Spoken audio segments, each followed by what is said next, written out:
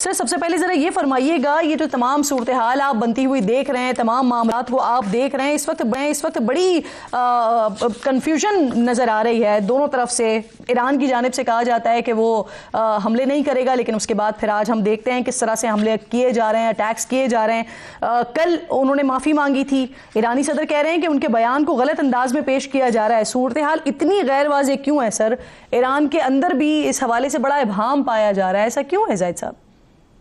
Ji thank you very much किरण नाज साहिबा। और यही होता है जी फॉग ऑफ वॉर, जिसमें कुछ पता नहीं चलता कि किस तरफ चीजें जा रही हैं। हम पहले भी कहते रहे हैं कि इनिशिएट करना किसी भी फ्रिक्शन को, वॉर को, that is not that challenging. उसको एग्जीक्यूट करना, उसको मैनेज करना एज पर प्लान, वो बड़ा चैलेंजिंग होता है। और वॉर का पहला विक्टिम भी उसका प्लान होता है जी। तो I think Iranian president Pezeshkian की जो आपने जिक्र कर रहे हैं स्टेटमेंट का, वो अपनी ऑप्शंस को अभी फोरक्लोज नहीं करना चाहते। कि मैं एक तो वो वीकर लुक नहीं देना चाहते अपनी अपनी कि मैं वीक पोजीशन पे हूं, इसलिए मैं ये अपील कर रहा हूं, क्योंकि उसके ऊपर काफी प्रोपेगेंडा पे किया गया, नंबर वन। नंबर टू, जब तक अगर उन बेसिस से, अगर वो मिडिल ईस्टर्न कंट्रीज के अंदर से वो बेसिस से अटैक ईरान के ऊपर रहेगा, तो ईरान कभी भी इस पोजीशन को नहीं इख्तियार कर सकता कि ये अटैक वहां से होता रहे और मैं रिस्पॉन्ड नहीं करूंगा। क्योंकि ये ऑलरेडी वो स्ट्रेटेजाइज कर चुके हैं अपनी स्ट्रेटजी में कि हमने रिस्पॉन्ड करना है। Even before war they had declared कि हमने तो इन जगहों को अटैक करना है अगर ईरान के ऊपर हमला किया गया, क्योंकि उनकी एक्सपेक्टेशन यही थी कि जो मिडिल ईस्टर्न नेबरिंग कंट्रीज हैं वो भी अपनी रिस्पॉन्सिबिलिटी पे लें और इस वॉर को रुकवाएं, इसको शुरू ही ना होने दें, या कम से कम अपनी सरजमीन को इस्तेमाल ना होने दें अमेरिकन उनके लिए। और वो कहते हैं कि अगर अमेरिकन बेसिस आपने दी हुई है, तो अगर आपने अपने डिफेंस के लिए दी हुई है तब वो इस्तेमाल करें जब आपके ऊपर कोई हमला करे। ये तो नहीं हो सकता कि आपकी बेसिस इस्तेमाल हो और वो हमला भी हम पे करे और हम उसको रिस्पॉन्ड ना कर सके। बट इट वाज जो ईरानियन रिस्पांस था मिडिल ईस्टर्न कंट्रीज के ऊपर, वो इतना अच्छा, ये जो आप जाहिद साहब बात कर रहे हैं, ये आप दुरुस्त कह रहे हैं कि ये ईरान पहले ही बता चुका था कि अगर हम पे हमला करने की कोशिश की गई तो फिर हम इन्हीं अड्डों पर अटैक करेंगे जो खलीजी ममालिक में अमेरिका के अड्डे हैं। लेकिन जो आप दूसरी बात कर रहे हैं, क्या ये जमीन वैसे इस्तेमाल हो रही है ईरान पर हमला करने के लिए? देखिए, अभी तो वॉर से जो इंफॉर्मेशन आ रही हैं, अपना डायरेक्ट आपको पता है इस वक्त बड़ा एम्बिग्युइटी रहती है जी चीजों के अंदर। तो ईरान भी क्लेम कर रहा है कि इन बेसिस के ऊपर से ही मेरे ऊपर अटैक किए जा रहे हैं। और जो सऊदी अरेबिया या इन कंट्रीज में, कतर में रिस्पांस जा रहा है, ईरान चाहे उसको डिनाई भी करता रहे, वहां से यही बयानात आ रहे हैं कि जी जो एविडेंस ऑन ग्राउंड है वो ये सजेस्ट नहीं करता कि ये ईरान से अटैक नहीं आ रहा है, ये ईरान के अंदर से अटैक आ रहे हैं। तो अभी हम तो उसी के ऊपर ही कमेंट्री कर रहे हैं। आई एम श्योर, देखिए जब उन्होंने बेसिस रखे अमेरिकन ने, वहां पे अपने एलिमेंट्स रखे हुए, तो कुछ ना कुछ लॉजिस्टिक स्पोर्ट्स, कुछ ना कुछ स्पोर्ट जरूर हासिल रहती है जी। ये नहीं होता कि उसको आप उनको बिल्कुल वैसे आपने रखे हो। तो that's why Iranians have also, this is not good. मैं तो इसके हक में नहीं हूं कि ईरान मिडिल ईस्टर्न कंट्रीज को करता है, लेकिन फिर डिप्लोमेसी एग्जैक्टली जाहिद साहब। और फिर उसके बाद कमर साहब आपकी तरफ के सवाल लेकर आ रही हूँ जो जी बिल्कुल ठीक, ये जो आप बात कर रहे हैं जाहिद साहब, कमर साहब ये फरमाइए, सऊदी अरब ने आज पहली दफा बाज़ाब्ता तौर पर ऐलान कर दिया जवाबी रद्द अमल का। कल यूएई की तरफ से बड़ा वाज़ेह स्टेटमेंट आ चुका है कि तरने वाला ना समझा जाए यूएई को।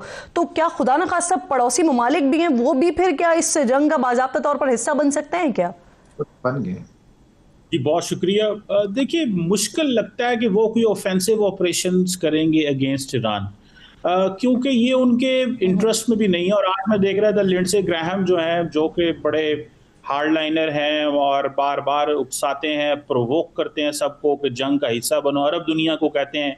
लेकिन जीसीसी ममालिक को पता है कि इसकी क्या कॉस्ट है। अभी तो देखें, उनके पास अच्छे डिफेंस सिस्टम्स मौजूद हैं, वो बहुत सारी जो मिसाइल्स आते हैं, ड्रोन्स आते हैं, उसको रोक लेते हैं। लेकिन अगर उन्होंने खुद भी इसका हिस्सा बने तो फिर जारी बात है, फिर कैलकुलेशन बदल जाएगी। फिर वो डायरेक्ट जो हमले हैं उनके सिविलियन इंफ्रास्ट्रक्चर पे हो सकते हैं। जैसे कल ईरान के डिसैलिनेशन प्लांट पे जब हमला किया गया, तो आज पता चला कि बहरीन के एक ऐसे वाटर प्लांट पे हमला कर दिया गया है। तो मेरा ख्याल है कि जो राइट विंग कंजर्वेटिव वॉरमॉन्गरर जैसे लिंडसे ग्राहम है, वो तो चाहेंगे कि अरब ममालिक जो है वो ईरान के साथ लड़ें। लेकिन आपको पता याद होना चाहिए कि सऊदी अरब ने एक रिप्रोचमेंट किया था ईरान के साथ, जिसमें चाइना जो है उसने रोल प्ले किया था। तो वो इसलिए नहीं किया था कि वो कभी दोबारा जो है वो जंग करेंगे। सऊदी अरब इन चीज़ों को समझता है कि ये जंग हमारी नहीं है और हमें इस जंग में इन्वॉल्व किया जा सकता है, और बाकी तमाम ममालिक। आप देखें ना, 1400 से ज़्यादा तो स्ट्राइक्स जो प्रोजेक्टाइल्स हैं वो यूएई के अंदर आए हैं, तो वो खामोश बैठे हुए हैं, वो समझ रहे हैं। और आज कतरी लीडरशिप की, अमेरिकन लीडरशिप से बात हो रही है।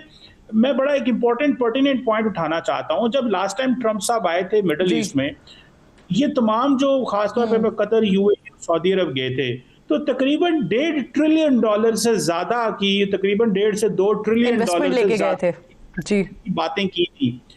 इतनी बड़ी इन्वेस्टमेंट हो अमेरिका के अंदर, तो तब भी अरब ममालिक जो है वो अमेरिका को कन्विंस नहीं कर सकते कि इस जंग को बंद किया जाए। तो फिर क्या, किस चीज की लिवरेज होगी? अक्सर हमें कहा जाता है, हमारी फॉरेन पॉलिसी के बारे में कहा जाता है। मैं समझता हूं कि अगर वो ममालिक जो $2 ट्रिलियन लगाने को तैयार हैं और लगा रहे हैं और कंफर्म कर चुके हैं और प्रॉमिस कर चुके हैं और बहुत सारा पैसा उन्होंने लगा भी लिया है, अगर उनकी इतनी से नहीं है तो ये तो एक बहुत बड़ा फियास्को है, क्राइसिस है। तो लगता ये है कि जंग क्यों लंबी हो रही है, तो अब और उनको रिजल्ट भी नहीं मिल रहे, वहां से लोकल सपोर्ट नहीं मिली, तो अब उनके पास एक ही गोल है जी, उस तरह से सपोर्ट नहीं मिल रही। अब इसी में एक और सवाल, कमर साहब पहले आप जवाब दे दीजिए, फिर उसके बाद मैं जल साहब आपकी तरफ लेकर आती हूँ इसी सवाल को, कि एक तरफ पूरी उनकी क़यादत को आपने ख़त्म कर दिया, उनके सरबराह को उनको ख़त्म कर दिया, उसके बाद फिर मज़ीद हरदर्मी ये कि जब ऐलान किया जाता है या बताया जाता है कि नया खामनेई कौन होगा, तो या उनके जानशीन कौन होंगे, तो उसके बाद फिर डोनाल्ड ट्रंप साहब की तरफ से ये स्टेटमेंट आता है कि उनके लिए काबिल कबूल नहीं है। अब ऐलानात तो हो रहे हैं ईरानी मीडिया पर कि इंतखाब कर लिया गया है, जो कुछ सकम थे या कोई अगर किसी को कोई एतराज भी था वो भी दूर कर लिए गए हैं, लेकिन नाम सामने नहीं लाया जा रहा। तो नाम सामने ना लाने की वजह ये एहतियात ही है कि दूसरी तरफ से ये भी कहा जा रहा है कि हम दोबारा अटैक कर सकते हैं और अटैक करेंगे, निशाना बनाएंगे। देखिए, मैं ये समझता हूँ कि आपको पता है कि ये बातें तो की जा रही है ना कि इंटेलिजेंस फेलियर है, आयतुल्ला खामनाई की जो शहादत है, तो मेरा नहीं ख्याल कि IRGC जो है वो ये कोई स्टेप ले रही है। वो समझते हैं कि वेट करना चाहिए। एक तो देखें, अभी तदफीन भी नहीं हुई आयतुल्ला खामनाई की, जो उनके अगर बेटे का नाम आ गया है या वो भी अब वो उसको नाम नहीं ले रहे, क्योंकि वो समझते हैं कि एक शायद और कैंपेन शुरू हो जाए। तीसरा ये भी होता है कि समटाइम्स जब ईरान के आप मुसलमान कल्चर में अगर डेड बॉडी पड़ी हो तो कोई अपराइजिंग उस तरह करेगा भी नहीं, और वो लोग कहेंगे कि यार अभी तो आपने वो उनको दफनाया भी नहीं गया, और किस तरह की चीजें जो अगर कोई बंदे ऐसे उठते भी हैं। और ये भी समझा जा रहा है कि IRGC के अंदर बहुत ज्यादा पेनिट्रेशन है, CIA की, उनकी मोसाद की, तो शायद और आर्मी के अंदर भी, तो शायद ये समझा जा रहा है कि अगर हमें इस डायरेक्शन पे नहीं जाना चाहिए। और मेरा ख्याल है कि सरप्राइज जो होता है ना, समटाइम्स सरप्राइज जो है वो उनके बेनिफिट में है, मेरा ख्याल है ईरान के। जी सही, ठीक। जनरल साहब ये फरमाइएगा सर, अमेरिका और इसराइल ये ईरान के ऑयल डिपोज पर इन्होंने हमले शुरू कर दिए हैं, फिर ईरान भी इराकी समंदर की हुदूद में ऑयल टैंकर्स को टारगेट कर रहा है। एक तरफ पेट्रोल की कीमतें हमारे पास ऑलरेडी आग लग चुकी है, वो बढ़ रही हैं, लेकिन इसके साथ साथ जो माहौल है उसको भी तो शदीद खतरात लायक हैं।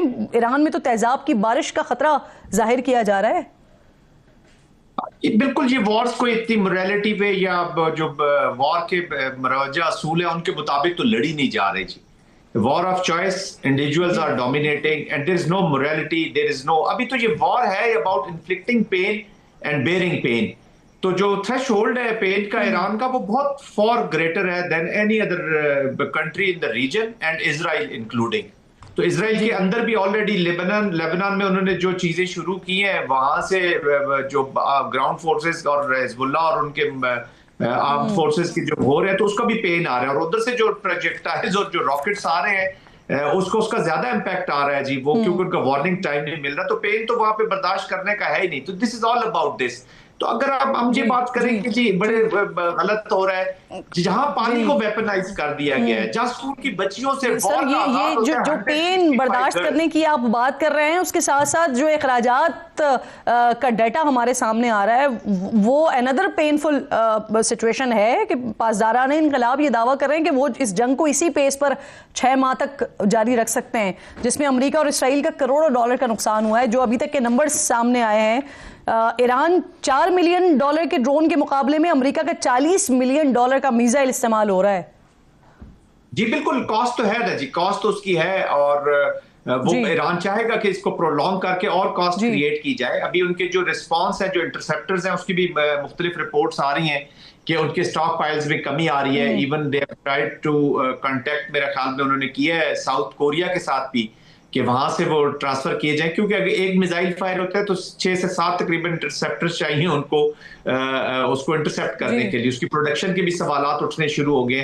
लास्ट टाइम भी हमने देखा था जब 12 डेज का ये जो इसका फेज 1 था इस वॉर का, मैं उसको फेज 1 ही हमेशा कहता हूँ कि ये उसी की एक्सटेंशन है, तो उसमें भी इश्यूज आए थे जी इजरायली डिफेंस के। और इसी वजह से कई कमेंटेटर्स तो ये एनालिस्ट ये भी समझते हैं कि ये पॉज इसीलिए दिया गया था, ऑपरेशनल पॉज था ये इस वॉर का, कि वो अपने आप को रीगेन करें, रिकूप करें और नई स्ट्रेटजी के साथ आए जी। और दूसरी दफा जब अभी आए हैं तो they started off with leadership also, और ये सारी चीजें पिछली दफा भी इन्होंने किया, लेकिन इस समय तो मेन सेंटर ऑफ ग्रेविटी को इन्होंने अटैक किया। तो कॉस्ट उनके लिए भी है, it is not that easy. और फिर टैक्स पेयर का जो प्रेशर बन रहा है, ये जो कॉस्ट है ये बहुत ज्यादा है कि जहां पर $40,000 का ड्रोन हो और उसके मुकाबले में आप $4 मिलियन के जो है वो मिसाइल का इस्तेमाल कर रहे हैं उसको रोकने के लिए, तो ये कॉस्ट बहुत डबल ट्रिपल से भी ज्यादा की। बहुत शुक्रिया।